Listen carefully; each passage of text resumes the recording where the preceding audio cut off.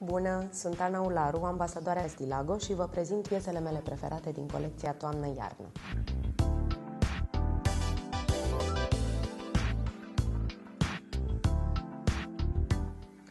Cel mai mult îmi place jocul geometriilor de pe această rochie.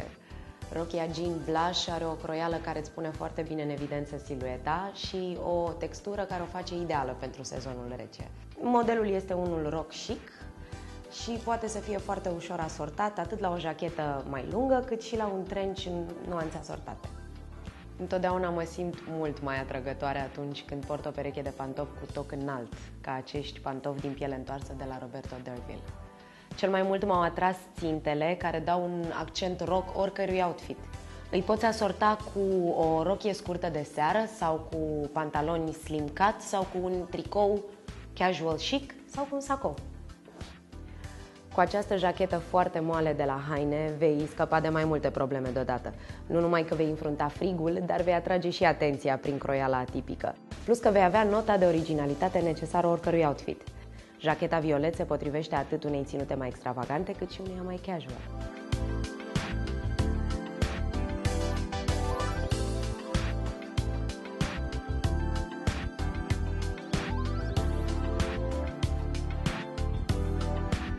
Cu un design foarte atent lucrat, jacheta în stil militar de la Best Connections poate să te transforme imediat într-un personaj de epocă.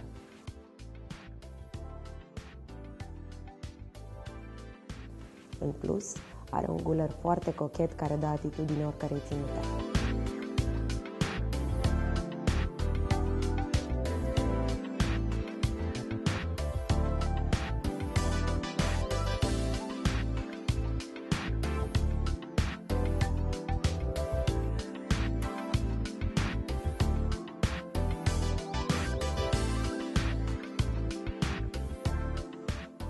Materialele acestei rochii Rick Cardona sunt un mix de creativitate și surprind câte puțin din fiecare personalitate.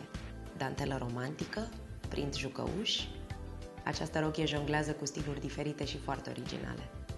Pielea este unul dintre materialele de top ale acestui sezon, astfel încât trebuie să ai în garderobă măcar o piesă vestimentară din acest material. Fusta de piele de la Haine are o alură atât rock cât și foarte feminină și o croială care îți va pune foarte bine în evidență silueta. Un bolero tricotat este foarte util în orice garderobă. Dacă ai o ținută căreia simți că îi lipsește acel je ne sais quoi, sau dacă ai o rochie prea decoltată, un bolero îți va fi foarte folositor.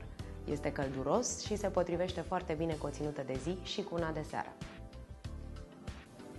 Geaca de blugi linea Tesini este o piesă de bază pentru orice garderobă. Avantajul e că o poți asorta atât cu o ținută casual, cu pantaloni și cu o bluză chic, cât și cu o rochie evazată sau cu o fustă și vei obține un look foarte feminin.